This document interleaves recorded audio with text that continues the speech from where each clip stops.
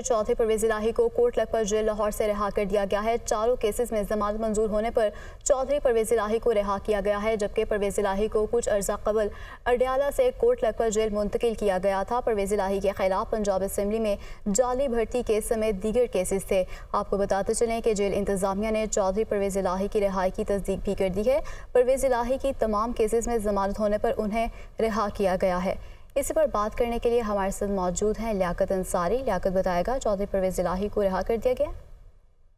और बिल्कुल पाकिस्तान तहरीक इंसाफ के मरकजी सदर चौधरी परवेज इलाही तकरीबन कमोबेश एक साल जो है वो कैद के बाद मुख्तलिफ केसेस में वो जमानतों पे रिहा होने के बाद बिलाखिर उनकी आखिरी केस में जमानत हुई और उसके बाद जो है आज कोट लखपत जेल से उनको रिहा कर दिया गया, जिसके बाद वो अपनी रिहाइशगाह जो है ज़हूला रोड पहुंचे और वहां पर अपने अहले खाना से मुलाकात की और वो अभी घर के अंदर ही मौजूद हैं और किसी से मुलाकातें नहीं कर रहे।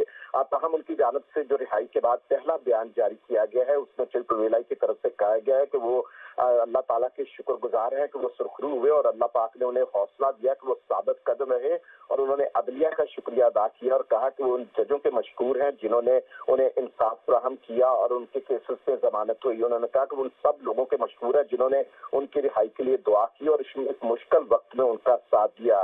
उन्होंने कहा कि गुजरात में उनका मैंडेट चुराया गया है और फिर शुजात हुसैन के बच्चों से उस वक्त तक कोई बात नहीं होगी जब तक उनका मैंडेट वापस नहीं होगा। तो यूं चौधरी परवेज इलाही ने रिहाई के बाद ये एक बयान जारी किया है और उसमें उन्होंने उन तमाम अपने साथियों का शुक्रिया अदा किया जो मुश्किल वक्त में उनके साथ खड़े रहे और साथ ही साथ उन्होंने जज साहबान का अदलिया का शुक्रिया अदा किया है कि उन्हें केसेस में जो है वो रिलीफ मिला, उन्हें जमानत मिली। तो इस तरह तकरीबन एक साल कमोबेश जो है चौधरी परवेज इलाही मुख्तलिफ मुकदमात में जो है वो जेल में रहे और कभी लाहौर कभी इस्लामाबाद उन्हें ले जाया गया और मुख्तलिफ जेलों में उनको रखा गया और इसके बाद आज उन्हें ये रिहाई मिली है। जी आज उन्हें रिहाई मिल गई है। लियाकत अपडेट कर रहे थे, आपका बहुत शुक्रिया।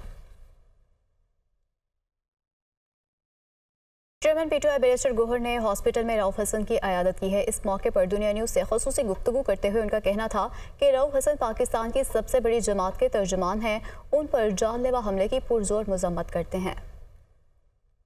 हॉस्पिटल के इमरजेंसी में आया हूँ। ऐसा लग रहा है जिस तरह उसकी जिंदगी पे अटैक किया गया है। वो इस मुल्क की सबसे बड़ी पॉलिटिकल पार्टी के तर्जुमान है। उसने जिंदगी में कभी कोई ऐसा काम नहीं किया जो इस बात का सबब हो कि उस पर कोई अटैक किया जाए। इसलिए हम मुतालबा करते हैं कि रऊफ हसन साहब के जिंदगी पे जो अटैक हुआ है इसको डीप तक चला जाए और आप उसको प्रॉपरली इन्वेस्टिगेट करें। हम इसको बहुत कंडेम करते हैं इस अटैक को।